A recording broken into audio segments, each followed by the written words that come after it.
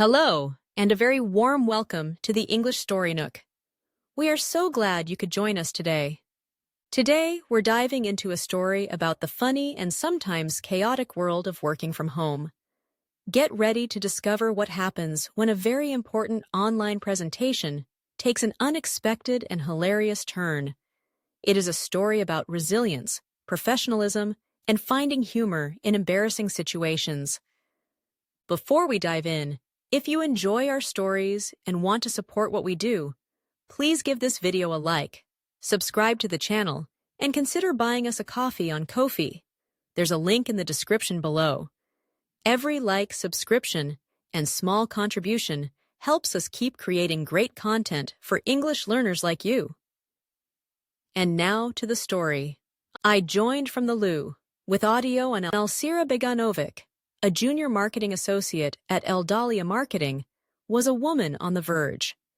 A major presentation, the culmination of months of relentless work, was scheduled for 2 p.m. This was her moment, the one she'd been assiduously cultivating to finally impress her boss, Walt Sanchez, and break free from the gravitational pull of junior-level tasks. The campaign, a sleek and innovative strategy for a new sustainable tech product, was her brainchild. It was bold, it was data-driven, and it was, she hoped, her ticket to a promotion. The pressure was a physical weight, a constant thrumming beneath her skin. Her career, it felt, was balanced on the knife's edge of this single virtual meeting. Adding to the complexity, her home life was a chaotic dance around her elderly mother, a woman who viewed technology with the same suspicion a cat reserves for a cucumber. Her mother's talent for inopportune interruptions was nothing short of an art form.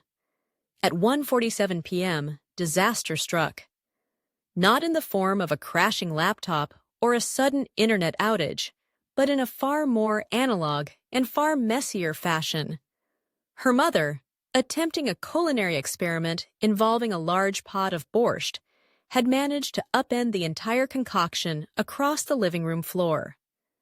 The vibrant, beetroot red liquid spread like a crime scene, and Alcira's meticulously planned afternoon imploded. Panic, cold and sharp, seized her. With the clock ticking, she frantically mopped and scrubbed, the scent of boiled vegetables filling the air. By the time the floor was no longer a biohazard, it was 1:58 p.m. Her pristine, well-lit home office was now a quarantine zone.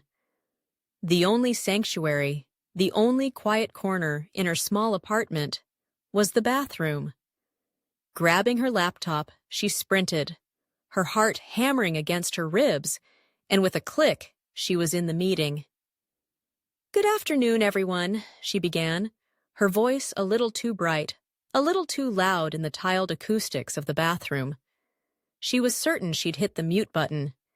It was the first rule of virtual meetings, a digital commandment she'd followed religiously for 2 years. But in her haste, in the frantic, soup-fueled chaos, her finger had missed the icon.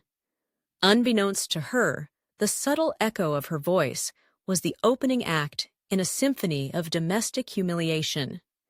As she launched into her presentation, a faint, almost imperceptible gurgling sound began to emanate from her audio feed. It was the sound of a toilet, slowly, inexorably refilling. The chat window, a silent observer until now, began to flicker with activity.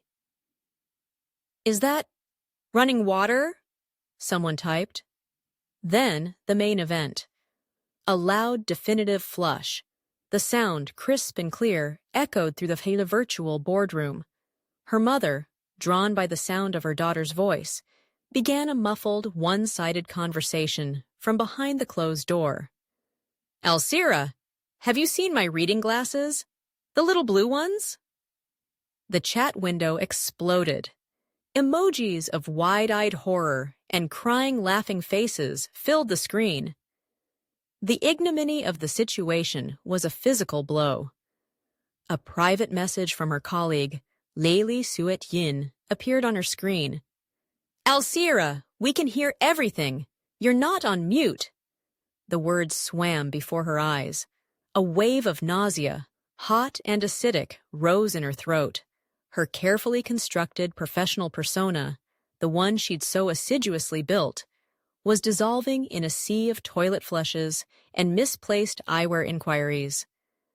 Mortified, she fumbled for the mute button, her trembling fingers finally finding their mark. She activated a generic office background, a pathetic attempt to erase the last few minutes of auditory chaos. But the damage was done. The air in the virtual room was thick with unspoken embarrassment. She tried to continue, to salvage some semblance of professionalism, but her voice was a hollow echo of its former confidence. Her well-rehearsed arguments, once so sharp and persuasive, now felt like a litany of empty phrases. The ignominy of the moment was a suffocating weight. The presentation ended not with a bang, but with a whimper. A long, agonizing silence stretched across the digital space. Walt, his face a mask of pained neutrality, offered a curt, "Thank you, Alcira," and ended the meeting.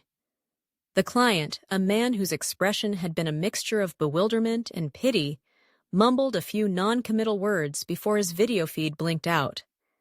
A few minutes later, a private call from Walt appeared on her screen. His voice, when he spoke, was not angry, but laced with a disappointment that was somehow worse.